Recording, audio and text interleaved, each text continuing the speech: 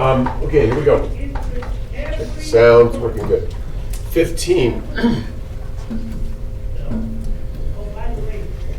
Okay, starts out great. Graph of f is shown. So we know this is f. Heads up. Oh, yeah, go ahead, please. This is more of a testing question. Question, but when I look at D and E on the answer, aren't those essentially the same thing? Wouldn't that mean that I can tell right off the bat that neither of those are going to be right? Let me look up. Take 5. Perfect. No, seriously. Perfect. You remembered perfectly that if the left limit is the same as the right limit, that means the overall limit does exist. Now, there is one, I gotta be careful though.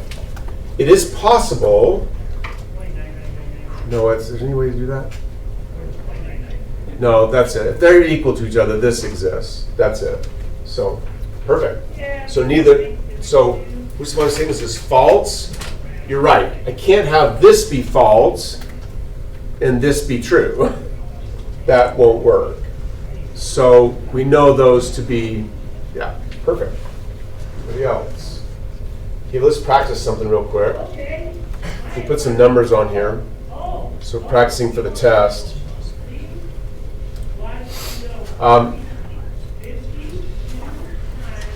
We put some numbers here just to make it easier to talk about. 1, 2, 3.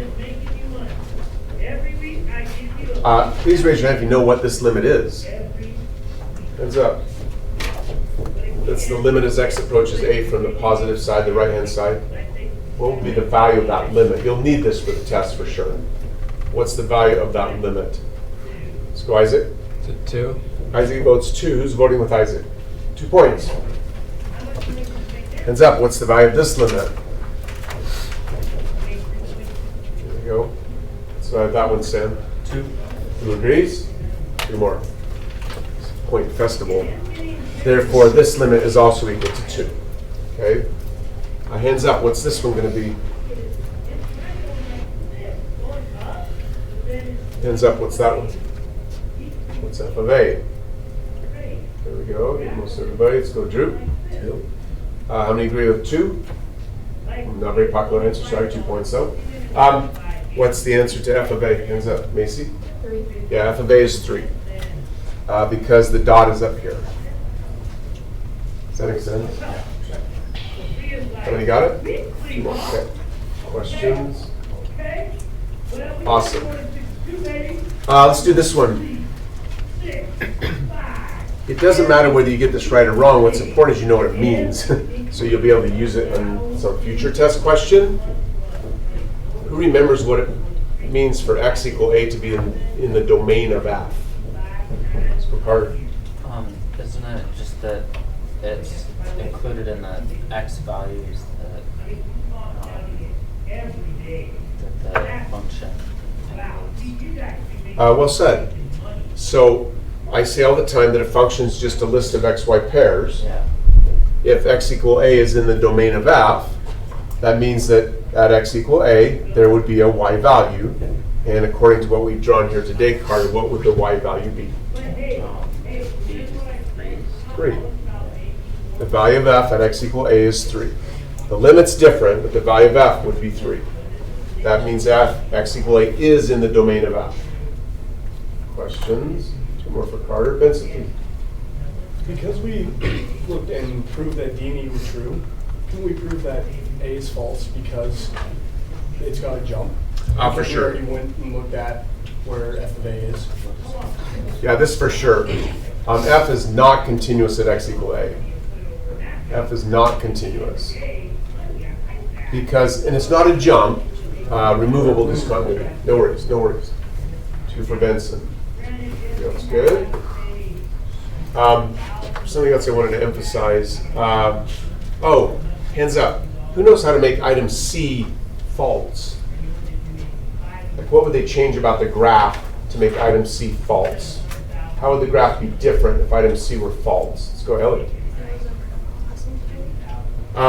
For sure. If there's a vertical asymptote at x equal a, then the function is not likely to be defined at x equal a for sure. 2 points for that. What's another way they could make I was thinking of a different one. It's not better, just different. So tell you. Take off that dot. So they go like this. 2 points if you knew that. Now C is false. Question. That was just stretching it.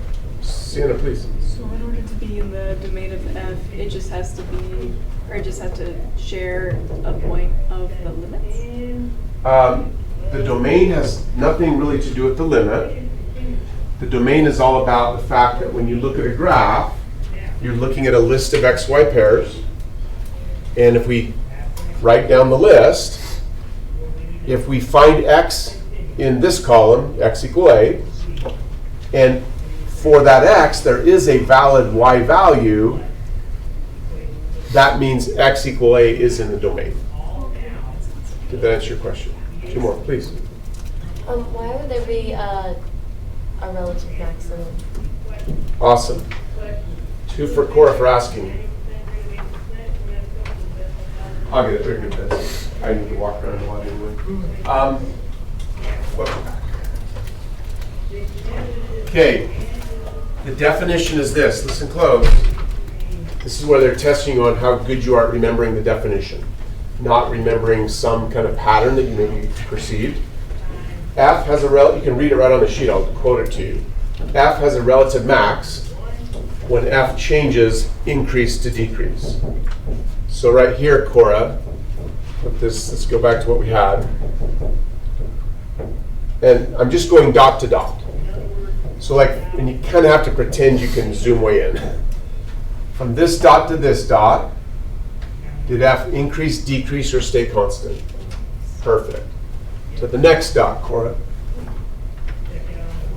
Good. The closer I get to that missing dot, the open circle, eventually, to keep going to the right, I have to go up. So F has to increase. But once I'm at this value of F, to get to the next value, I've got to go down. So F has to decrease. So this was a tricky one years ago, 1998. But that is a relative max on F. So. Questions? Oh, please, Madeline. Yes. You know how to do the number thing. Madeline, you're good. Okay. Anybody else? Cool. Stop this one.